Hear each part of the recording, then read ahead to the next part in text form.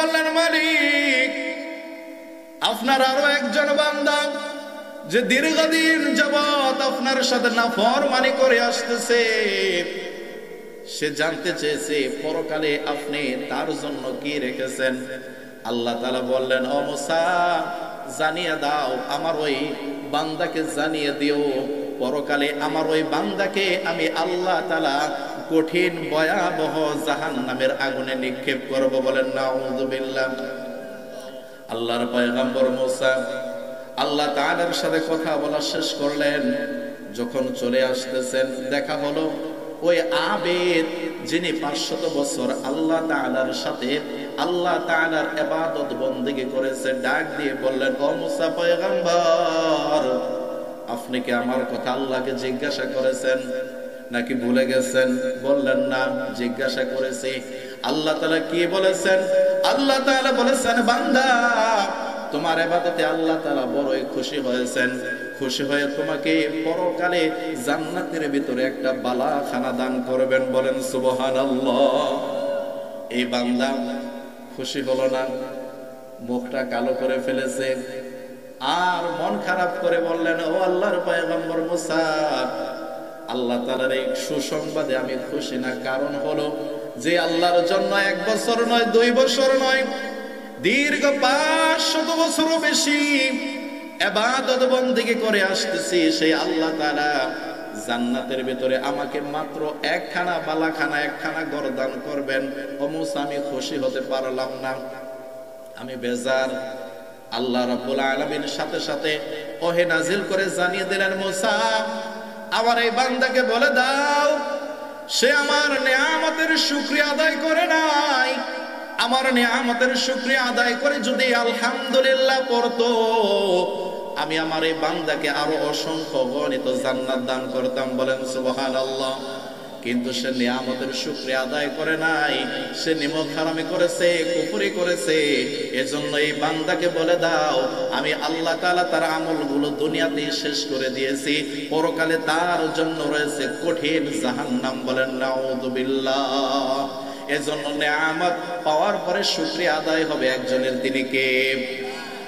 ও মুসলমান আরো চিল্লায় বলেন, নিয়ামতের শুকরিয়া আদায় হবে একজনের, তিনি কে? আল্লাহর পয়গম্বর মুসা সামনের দিকে এলেন। এবার ওই যে বান্দাটা দীর্ঘদিন যাবত আল্লাহ তাআলার সাথে নাফরমানি করতেছিল ওই বান্দার কাছে আসলেন, জিজ্ঞাসা করলেন, মুসা পয়গম্বর আপনি কি আমার কথা আল্লাহর কাছে জিজ্ঞাসা করেছেন? বললেন হ্যাঁ। আল্লাহ তাআলা কি বলেছেন? মুসা আলাইহিস সালাম চিন্তা করলেন কেমন করে বলি এই দুঃসংবাদ।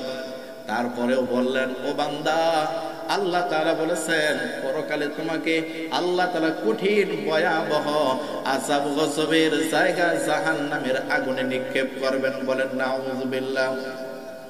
ওই বান্দা আল্লাহর পয়গম্বর মুসা চিন্তা করেছিলেন এই সংবাদ শুনে ওই বান্দা বেহুশ হয়ে পড়ে যাবেন, কিন্তু না, ওই বান্দা বেহুশ হলেন না, বরং মুস্কি একটা হাসি দিয়ে পড়লেন আলহামদুলিল্লাহ। কি পড়লেন? আর একটু আওয়াজ করে বলেন আলহামদুলিল্লাহ। পড়লেন, আবার বললেন আলহামদুলিল্লাহ সুম্মা আলহামদুলিল্লাহ। বান্দা মুস্কি মুস্কি হাসতেছে আর আল্লাহ তাআলার শুকরিয়া আদায় করতেছে। আল্লাহর পয়গম্বর মুসা অবাক হয়ে গেলেন, ডাক দিয়ে বললেন, বান্দা এত বড় দুঃসংবাদ তোমাকে দিলাম, তুমি তো বেহুশ হয়ে জমিনে পড়ে যাওয়ার কথা ছিল, কিন্তু তুমি শুকরিয়া আদায় করলা, কারণ কি? ওই বান্দা জবাব দিতেছে, আল্লাহর পয়গম্বর মুসা আমি তো মনে করেছিলাম আমি দীর্ঘদিন যাবত আল্লাহ তাআলার গোলামি থেকে দূরে সরে শয়তানের দোকায় পড়ে আমি আল্লাহ তাআলার নাফরমানি করে আসতেছিলাম, আমি ভয় করতেছিলাম আল্লাহ রাব্বুল আলামিন তার বান্দাদের নামের তালিকা থেকে আমার নামটা কেটে দিয়েছেন। কিন্তু না, ও আল্লাহর পয়গম্বর মুসা আমার আল্লাহ তাআলা এখনো তার বান্দাদের নামের তালিকা থেকে আমার নামটা কাটে নাই। আমার নামটা যেহেতু তার বান্দাদের তালিকার ভিতরে রেখেছে, এজন্য আমি খুশি হয়ে বলেছি আলহামদুলিল্লাহ। আল্লাহ তাআলা ওহী নাজিল করলেন আর জানিয়ে দিলেন, মুসা আমার এই বান্দাকে বলে দাও আমার এত বড় দুঃসংবাদ শোনার পরেও, জাহান্নামের কথা শোনার পরেও তারপরেও বান্দা আমি আল্লাহকে বলে নাই এই বলে নাই, নিয়ামতের শুকরিয়া আদায় করেছে, আলহামদুলিল্লাহ করেছে, আমি আল্লাহ তাআলা খুশি হয়েছি। খুশি হয়ে তার জীবনের সমস্ত গুনাহ এই মুহূর্তে আমি আল্লাহ রাব্বুল আলামিন মাফ করে দিলাম। এবং তার জন্য পরকালে আমি আল্লাহ রাব্বুল আলামিন নির্ধারণ করে দিলাম আমার জান্নাত। বলেন সুবহানাল্লাহ। এজন্য নিয়ামতের শুকরিয়া আদায় করতে হবে, ঠিক কিনা মুসলমান? এজন্যই আমার আল্লাহ রাব্বুল আলামিন বলেন, ফাযকুরুনি আযকুরকুম ওয়াশকুরু লি ওয়ালা তাকফুরুন। বান্দা আমি আল্লাহকে স্মরণ করো, যদি স্মরণ করতে পারো আমি আল্লাহ তাআলা তোমাকে স্মরণ করব। আর আমার নিয়ামত পাওয়ার পরে শুকরিয়া আদায় করো, যদি শুকরিয়া আদায় করো বেশি বেশি নিয়ামত দান করব। আর যদি শুকরিয়া আদায় না করো তোমার নিয়ামতকে ছিনিয়ে নেব। নিয়ামত ছিনিয়ে নেওয়াই শেষ নয়, পরকালে তোমাকে আমি আল্লাহ তাআলা নিক্ষেপ করব জাহান্নামের আগুনে। বলেন নাউযুবিল্লাহ। শুকরিয়া আদায় করব তো ইনশাআল্লাহ, করব তো ইনশাআল্লাহ। দেখি একটিবার পরে আলহামদুলিল্লাহ, আরো একবার পরে আলহামদুলিল্লাহ, উচ্চ আওয়াজ করে পড়ি আলহামদুলিল্লাহ। আল্লাহ রাব্বুল আলামিন এবার পবিত্র কোরআনুল কারীমের সূরা বাকারার 153 নম্বর আয়াতে কারিমায় জানিয়ে দিচ্ছেন, ইয়া আইয়ুহাল্লাযীনা আমানুস্তাঈনু বিস-সাবরি ওয়াস-সালাহ। আল্লাহ তাআলা বলতেছেন, ইয়া আইয়ুহাল্লাযীনা আমানু, ও হে ইমানদারগণ, তোমরা যারা ঈমানের দাবি করো, তোমরা যারা নিজেদেরকে মুসলমান দাবি করো, তাদেরকে আমি আল্লাহ তাআলা বলতেছি, আমরা যারা এখানে এসেছি আমরা সবাই মুসলমান। কথা বলেন ঠিক কিনা? আমরা সবাই ঈমান এনেছি একজনের উপর, তিনি কে? আল্লাহ রাব্বুল আলামিন আমাদেরকে ডাক দিয়ে বলতেছেন, ইয়া আইয়ুহাল্লাযীনা আমানু, ও হে ইমানদারগণ, যারা তোমরা ঈমানের দাবি করো, তোমরা শোনো, তোমরা আমি আল্লাহ তাআলার কাছে সাহায্য চাও। কেমন করে? বিস-সাবরি ওয়াস-সালাহ, ধৈর্যের মাধ্যমে এবং সালাতের মাধ্যমে। মুসলমান যখন বিপদে পড়ে তখন সবর করে। কি করে? সবর করে, ধৈর্য ধারণ করে। আবার মুসলমান যখন নিয়ামতের মালিক হয় তখন শুকরিয়া আদায় করে। এই জন্য মুসলমানের জীবন বড় অদ্ভুত, বড়ই আরামদায়ক, বড়ই আনন্দদায়ক। কারণ হলো মুসলমান বিপদে পড়লে সবর করে, ধৈর্য ধারণ করে, আল্লাহ তাআলা খুশি হয়ে তার আমলনামায় নেকি দান করে। বলেন সুবহানাল্লাহ। আর মুসলমান নিয়ামত পেলে শুকরিয়া আদায় করে, আল্লাহ তাআলা খুশি হয়ে তার আমলনামায় নেকি দান করেন। সুবহানাল্লাহ। এরপরে আল্লাহ তাআলা বলেন, ইন্নাল্লাহা মা'আস সাবিরিন। ও ইমানদাররা শোনো, ও বিশ্বাসীগণ শোনো, ও আমার বান্দারা তোমরা শোনো, যদি তোমরা ধৈর্য ধারণ করতে পারো আমি আল্লাহ রাব্বুল আলামিন বলতেছি, আমি আল্লাহ রাব্বুল আলামিন ধৈর্যশীলদের সাথে রয়েছে। বলেন সুবহানাল্লাহ। এজন্যই আল্লাহ রাব্বুল আলামিন বলেন, ওয়াল আসরি ইন্নাল ইনসানা লাফি খুস। আসরের কসম। কিসের কসম? আসরের কসম, সময়ের কসম। ইন্নাল ইনসানা লাফি খুস, সমস্ত মানুষ ধ্বংসের ভিতরে আছে। কিসের ভিতরে? কথা বলেন, কিসের ভিতরে আছে? ধ্বংসের ভিতরে আছে। আল্লাহ রাব্বুল আলামিন বলেন, ইল্লাল্লাযীনা আমানু, তবে 4 শ্রেণীর লোক ব্যতীত। কয় শ্রেণীর? 4 শ্রেণীর লোক ব্যতীত। কে কে? আল্লাহ রাব্বুল আলামিন বলেন, ইল্লাল্লাযীনা আমানু, যারা ঈমান এনেছে। কার উপরে? ঈমান আনার পরে ওয়া আমিলুস সালিহাত, সৎ কাজ করে, ওয়া তাওয়াসাউ বিল হক, সত্য কথা বলে, ওয়া তাওয়াসাউ বিস-সাবর, ধৈর্যের পরামর্শ দেয়। চিল্লায় বলেন আল্লাহু আকবার। মুসলমান ইমানদাররা, আল্লাহ রাব্বুল আলামিনের পরের আয়াতে পবিত্র সূরা বাকারার 154 নম্বর আয়াতে আল্লাহ রাব্বুল আলামিন কত সুন্দর কথা বলছেন, মনোযোগ দিয়ে শুনেন।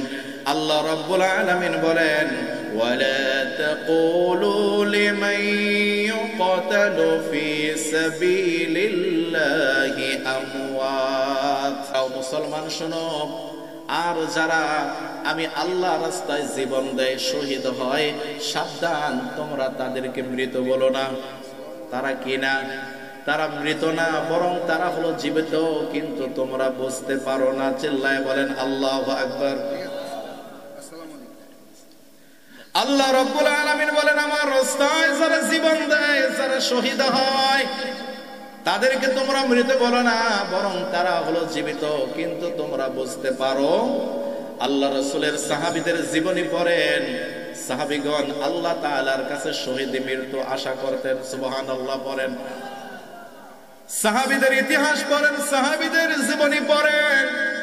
বদর প্রান্তরে সাহাবায়ে কেরাম জীবন দিয়েছেন, শহীদ হয়েছেন, তারপরেও কিন্তু কাফেরদের উপরে বিজয় করেছেন কে? সাহাবীদের জীবনী পড়ে জানা যায়, মুতার প্রান্তরে যুদ্ধের জন্য কাফের সৈন্যরা চলে আসছে। কাফের তৎকালীন সময়ের সবচাইতে ক্ষমতাধর বাহিনী, রোমান সৈন্য, যাদের অস্ত্রের অভাব নাই, ক্ষমতার অভাব নাই, পাওয়ারের অভাব নাই। ওই কাফেরদের সৈন্য হলো 1 লক্ষ। কয় লাখ? জোরে বলেন, কয় লক্ষ? কাফেরদের সৈন্য হলো 1 লক্ষ। তারা যুদ্ধ করার জন্য মুতার প্রান্তরে চলে আসছেন।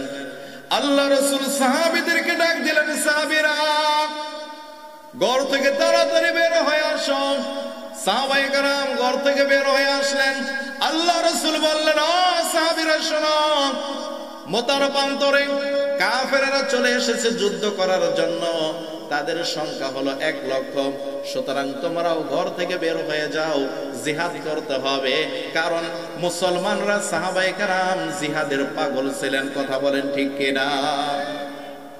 আল্লাহ রাসূল সাহাবীদেরকে ডাক দিলেন। সাহাবীর সংখ্যা হলো মাত্র 3000। কয় হাজার? কাফের সৈন্য 1 লাখ, মুসলমানের সংখ্যা, সাহাবীদের সংখ্যা হলো মাত্র 3000। কয় হাজার? অর্ধেক আছে। কথা বলে নাই। মুসলমানের অস্ত্র নাই, যুদ্ধ করার জন্য ঘোড়া নাই, তলোয়ার নাই, কিন্তু সাহাবীদের একটা জিনিস ছিল, বুক ভরা ছিল ঈমান। কথা বলেন ঠিক কিনা? মুসলমানদের ঈমানে পাওয়ার ছিল অনেক বেশি। আল্লাহ রাসূল বললেন, ও আমার সাহাবীরা শোনো, এই মুতার প্রান্তরে যেই যুদ্ধ হবে, আমি রাসূল ঘোষণা দিলাম, এই যুদ্ধের সেনাপতি হবে আমার পালক পুত্র যায়েদ। যায়েদ তুমি কোথায়? দাঁড়িয়ে যাও। যায়েদ রাদিয়াল্লাহু তাআলা আনহু দাঁড়িয়ে গেলেন। আল্লাহ রাসূল বললেন, 2 নম্বর সেনাপতির দায়িত্ব পালন করবেন আমার চাচাতো ভাই জাফর। জাফর তুমি কোথায়? দাঁড়িয়ে যাও। জাফর রাদিয়াল্লাহু তাআলা আনহু দাঁড়িয়ে গেলেন। 3 নম্বর আল্লাহ রাসূল বলেন, এই যুদ্ধের 3 নম্বর সেনাপতির দায়িত্ব পালন করবেন আমার প্রিয় একজন সাহাবী আব্দুল্লাহ বিন রাওয়াহা। ও আব্দুল্লাহ বিন রাওয়াহা তুমি কোথায়? তুমি দাঁড়িয়ে যাও। ওই প্রিয় সাহাবী আব্দুল্লাহ বিন রাওয়াহা তিনিও দাঁড়িয়ে গেলেন। যুদ্ধের সেনাপতি কয়জন? আর একটু জোরে বলেন, কয়জন? সেনাপতি লাগে কয়জন? 1 জন। সাহাবায়ে কেরামের বুঝতে বাকি রইল না, এই যুদ্ধে আল্লাহ রাসূল 3 জন সেনাপতির নাম ঘোষণা করেছেন। তার মানে হলো প্রথম 2 জন সেনাপতি শাহাদাত বরণ করবেন। আল্লাহু আকবার বলেন। আল্লাহ রাসূল বললেন, ও সাহাবীরা বাড়িতে চলে যাও, বিদায় নিয়ে তাড়াতাড়ি চলে আসো। যায়েদ রাদিয়াল্লাহু তাআলা আনহু বলেন, ও আল্লাহর নবী গো, আপনি হলেন আমার পিতা, আপনি আমার নামটা ঘোষণা করেছেন, আর আমার মা আয়েশা ঘরের মধ্য থেকে শুনেছেন, সুতরাং আমি আর কার থেকে অনুমতি নেব? অনুমতির প্রয়োজন নাই গো নবী, আমি যুদ্ধের জন্য এখনই বের হয়ে গেলাম। বলেন আল্লাহু আকবার। জাফর রাদিয়াল্লাহু তাআলা আনহু বাড়িতে চলে গেলেন। ডাক দিয়ে বললেন, প্রাণের বিবি আমার, ও প্রাণের বিবি, আমার কথা মনোযোগ দিয়ে শোনো। কি কথা গো প্রাণের স্বামী আমার? আল্লাহ রাসূল আমাকে যুদ্ধের সেনাপতি নিযুক্ত করেছেন। দীর্ঘদিন যাবৎ তোমার সাথে আমি সংসার করেছি, তোমার হক যদি আমি কোনোটা আদায় না করতে পারি, আমাকে আল্লাহর হস্তে তুমি মাফ করে দিও। কালকে আল্লাহর কিয়ামতে আমাকে তুমি দাঁড় করায়ও না। বলেন আল্লাহু আকবার। স্ত্রী ডাক দিয়ে বলতেছেন, প্রাণের স্বামী আমার, আল্লাহ রাসূল আপনাকে যুদ্ধের সেনাপতি নিযুক্ত করেছেন, সুতরাং আমি তো নিষেধ করব না। তবে হ্যাঁ, আমি আপনার জন্য আল্লাহর দরবারে দুটি হাত তুলে দিলাম, আল্লাহর কাছে দোয়া করতেছি, আমার আল্লাহ, আমার স্বামী জাফর যুদ্ধের ময়দানে সেনাপতির দায়িত্ব নিয়ে যাচ্ছে, আমার স্বামীকে আল্লাহ আপনি গাজী করে বিজয়ী করে আমাদের মাঝে ফিরিয়ে দিয়েন, বলেন আমিন। জাফর রাদিয়াল্লাহু তাআলা আনহু ওনার স্ত্রী যখন আল্লাহর কাছে দুই হাত তুলে দোয়া করেছেন, জাফর রাদিয়াল্লাহু তাআলা আনহু তরবারির উল্টা পিঠ দিয়ে হাতের ভিতরে হালকা আঘাত করে বললেন, ও প্রাণের বিবি আমার, উল্টা দোয়া করো না, কারণ তোমার দোয়া আল্লাহ তাআলার দরবারে কবুল হবে না, বলেন আল্লাহু আকবার। কারণ আমি জাফর, আমি বুঝে নিয়েছি আল্লাহ রাসূল তিনজন সাহাবী সেনাপতির দায়িত্বে নিযুক্ত করেছেন, আমি হলাম 2 নাম্বার। তার মানে হলো আমার পূর্বেও একজন আছে, পরেও একজন আছে। আমি নিশ্চিত বিশ্বাস করি এই মুতার যুদ্ধ থেকে আমি জাফর আমি বিজয়ী গাজী হয়ে ফিরব না, বরং আমি জাফর যুদ্ধের ময়দানে শাহাদাত বরণ করব। আল্লাহু আকবার বলেন। জাফর রাদিয়াল্লাহু তাআলা আনহু ওনার বিবি সাহেব কান্নাকাটি করতেছেন, আর জাফর রাদিয়াল্লাহু তাআলা ওনার বিবিকে ডাক দিয়ে বললেন, প্রাণের বিবি আমার, কান্নাকাটি করো না, বরং সন্তানদেরকে রেখে যাচ্ছি, এই সন্তানদেরকে ভালো করে মানুষ করো। আর আমি বাবা, আমি আল্লাহ রাসূলের সাহাবী জাফর, যেই রাস্তায় নিজের জীবনটা দিয়ে দিচ্ছি, আমার সন্তানদেরকেও সেই রাস্তার জন্য তুমি তৈরি করো, বলেন আল্লাহু আকবার। জাফর রাদিয়াল্লাহু তাআলা আনহু বাড়ি থেকে বের হয়ে গেলেন, পিছনে জাফর রাদিয়াল্লাহু তাআলা আনহুর স্ত্রী তিনি কান্নাকাটি করছেন, সন্তানেরা বাবা বাবা বলে কান্নাকাটি করছেন। জাফর রাদিয়াল্লাহু তাআলা আনহু একটা বারের জন্য পিছনে তাকালেন না, বলেন আল্লাহু আকবার। জাফর রাদিয়াল্লাহু তাআলা আনহু চলে আসলেন, আব্দুল্লাহ বিন রাওয়াহা বাড়িতে চলে গেলেন। বাড়িতে গিয়ে দেখেন ওনার প্রাণের বিবি কুরআনুল কারীম তেলাওয়াত করতেছেন, মাত্র বিয়ে করেছেন, এখনো বাসর হয় নাই। ঘরের বাহির থেকে ডাক দিয়ে বললেন, বিবি আমার, কুরআনুল কারীম একটু তেলাওয়াত করা বন্ধ করো, তোমার সাথে একটু কথা বলবো। ওই আব্দুল্লাহ বিন রাওয়াহা ওনার বিবি সাহেব ডাক দিয়ে বললেন, প্রাণের স্বামী আমার, আপনি কি বলবেন, একটু ঘরে আসেন। আব্দুল্লাহ বিন রাওয়াহা ডাক দিয়ে বললেন, বিবি আমার, ঘরে যাওয়ার সুযোগ নাই, ঘরে যাব না, আমি এখনই যুদ্ধের জন্য আল্লাহ রাসূল আমাকে সেনাপতি নিযুক্ত করেছেন, আমি এখনই তোমার থেকে বিদায় নেওয়ার জন্য এসেছি। বিবি সাহেব বললেন, একটু ঘরে আসেন। ওই সাহাবী বলেন, না, ঘরে যাব না, কারণ হলো ঘরে গেলে তুমি আমাকে প্রেম নিবেদন করবে, ভালোবাসার কথা বলবে, আমার মনটা বাড়িতে থাকতে মনে চাবে, তোমার কাছে থাকতে মনে চাবে না, এই জন্য আমি ঘরে যাব না, আমি তোমার থেকে বিদায় নিচ্ছি, এখনই আমি যুদ্ধে চলে যাব। প্রাণের বিবি ডাক দিয়ে বললেন, ও আল্লাহ রাসূলের সাহাবী শুনেন, আল্লাহর নবীর সাহাবী আব্দুল্লাহ বিন রাওয়াহা শুনেন, আমি আল্লাহর কসম করে বলছি, আমি আপনাকে প্রেম নিবেদন করব না, শুধু আপনার চেহারাটা একবার দেখব, বলেন আল্লাহু আকবার। কারণ হাসরের ময়দানে এই কোটি কোটি মানুষের ভিতরে আপনাকে যেন একটা নজর দেখলেই আমি চিনতে পারি, এই জন্য শুধু আপনার চেহারাটা এক নজর দেখতে চাই, সুবহানাল্লাহ। ওই সাহাবী স্ত্রীর সাথে কথা বললেন, দেখা দিন, তারপরে সাথে সাথে যুদ্ধের জন্য বের হয়ে গেলেন। মুতার প্রান্তরে যুদ্ধ হচ্ছে, কাফেরদের সৈন্য 1 লক্ষ কয় লাখ, মুসলমানের সংখ্যা মাত্র 3000। চিন্তা করেন, যুদ্ধ হচ্ছে কাফেরদের সাথে আর সাহাবীদের সাথে। যায়েদ রাদিয়াল্লাহু তাআলা আনহু সিংহের মতো সেনাপতির দায়িত্ব পালন করতেছিলেন। চতুর্পাশ থেকে কাফেররা হযরত যায়েদ রাদিয়াল্লাহু তাআলা আনহুকে ঘিরে ধরলেন। তরবারের আঘাতে যায়েদ রাদিয়াল্লাহু তাআলা আনহু যুদ্ধের ময়দানে শাহাদাত বরণ করলেন। এবার ইসলামের পতাকাটা হাতে তুলে নিলেন জাফর রাদিয়াল্লাহু তাআলা আনহু।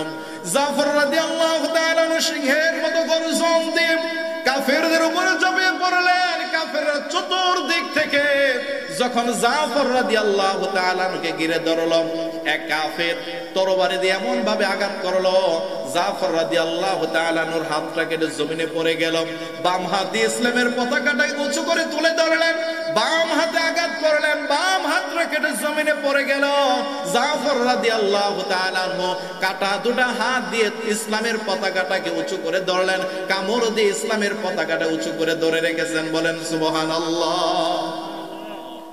জাফর রাদিয়াল্লাহু তাআলা আনহু হাতগুলো কাটা শেষ, পাগুলো কাফেররা কেটে 2 খণ্ড করে রেখেছে। আব্দুল্লাহ বিন রাওয়াহা তিনি বলেন, আমি দূর থেকে দেখতে পেলাম কে যেন ইসলামের পতাকাটাকে উঁচু করে ধরে রেখেছেন। দৌড়িয়ে গিয়ে আমি যখন যুদ্ধের ওই ইসলামের পতাকাটাকে তুলে ধরব, এমন অবস্থায় দেখি আল্লাহর নবীর সাহাবী জাফর হাত দুটা নাই, হাত দুটা কাটা পড়ে আছে, পা নাই, পা কাটা দুই দিকে দুইটা পড়ে আছে। উনি কামড় দিয়ে ইসলামের পতাকাটাকে উঁচু করে ধরে রেখেছেন। পড়েন আল্লাহু আকবার। জাফর রাদিয়াল্লাহু তাআলা আনহু যখন শহীদ হবেন, এই মুহূর্তে পাশের একজন সাহাবীকে ডাক দিয়ে বললেন, আল্লাহর নবীর সাহাবী শোনো, আমার মনে হয় আমি আর বেশিক্ষণ সময় দুনিয়াতে বাঁচব না, কারণ আমার নাকে আমি জান্নাতের সুঘ্রাণ পাচ্ছি। চিল্লায় বলেন আল্লাহু আকবার। ওই সাহাবীকে ডাক দিয়ে বললেন, সাহাবী, আল্লাহ রাসূলের সাথে যখন তোমার সাক্ষাৎ হবে, আল্লাহ রাসূলকে তুমি বলে দেবা জাফর জীবনের শেষ পর্যায়ে এসে ইসলামের পতাকা কামড় দিয়ে উপর দিকে উঁচু করে ধরে রেখেছে, তারপরে নিজের জীবনের বিনিময়েও ইসলামের পতাকাটাকে জমিনে পড়তে দেয় নাই। চিল্লায় বলেন আল্লাহু আকবার। আব্দুল্লাহ বিন রাওয়াহা তিনি বলেন, আমরা যুদ্ধের ময়দান থেকে ফিরে জাফর রাদিয়াল্লাহু তাআলা আনহুকে যখন আমরা দাফন করলাম, ওনার কাটা হাতগুলো একত্র করলাম, পা গুলো একত্র করলাম, আমি সুন্দর করে চুমু খেলাম। যখন দাফন করলাম রাত্রি বেলায়, আমি স্বপ্নে দেখি আল্লাহর নবীর সাহাবী জাফর জান্নাতের ভিতরে ফেরেশতাদের সাথে উড়তেছে। চিল্লায় বলেন আল্লাহু আকবার। এই শহীদদেরকে আল্লাহ রাব্বুল আলামিন কাল কিয়ামতের ময়দানে ডাক দিয়ে বলবেন, শহীদেরা, তোমরা জমিনে আমার ইসলাম, আমার কোরআন প্রতিষ্ঠা করার জন্য নিজেদের জীবনকে বিলিয়ে দিয়েছো, রক্ত ঝরিয়েছো, তোমরা আমার কাছে কি চাও? শহীদেরা বলবে, আল্লাহ আপনার কাছে কি চাইবো? আপনি তো চাওয়ার আগেই জান্নাতের সমস্ত নেয়ামতগুলো আমাদেরকে দিয়েছেন। সুবহানাল্লাহ। আল্লাহ তাআলা আবারও বলবেন, ও শহীদেরা, তোমরা কি চাও বলো? শহীদেরা বলবে, কি চাইবো? সবকিছু তো দিয়েছেন। তৃতীয়বার আল্লাহ তাআলা যখন বলবেন, ও শহীদেরা, তোমরা আর কি চাওয়ার বাকি আছে? চাও। শহীদেরা তখন বলবেন, ও আল্লাহ, যেহেতু আপনি আমাদেরকে চাইতেই বলতেছেন, আপনার কাছে একটা জিনিস চাই, সেটা হলো আমাদের রূহটা আবার আমাদেরকে ফিরিয়ে দেন, আমাদেরকে আবার আপনি জমিনে পাঠান, ওই জমিনে কাফেরদের সাথে যুদ্ধ করে হাসতে হাসতে যেন নিজেদের জীবনটা আবার ইসলামের জন্য বিলিয়ে দিতে পারি। বলেন আল্লাহু আকবার। সাহাবায়ে কেরাম যারা মুসলমান, তারা জিহাদের জন্য পাগল ছিলেন। কথা বলেন ঠিক কিনা? এজন্য আল্লাহ রাব্বুল আলামিন বলেন, ওয়ালা তাকুলু লিমান ইয়াকতালু ফি সাবিলিল্লাহি আমওয়াত।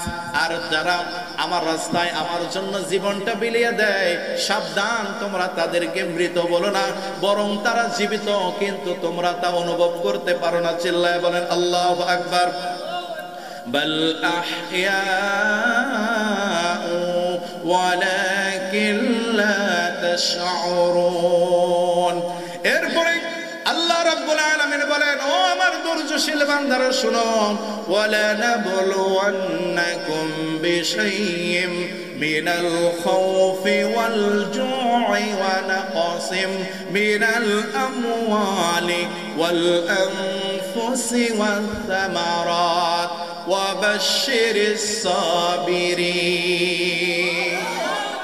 আল্লাহ তাআলা বলতেছেন, আর আমি মুমিন বান্দাদেরকে পরীক্ষা করব। আমাদেরকে পরীক্ষা করেন কে? কথা বলে। মুমিনের বান্দা, মুমিন বান্দার জীবনে পরীক্ষা কম না বেশি? যার ঈমান যত বেশি, তার পরীক্ষাও ঠিক তত বেশি। এজন্য পয়গম্বর আলাইহিস সালাতু ওয়াস সালাম ওনাদের জীবনী পড়ে দেখেন, ওনাদেরকে আল্লাহ তাআলা বারবার পরীক্ষা করেছেন।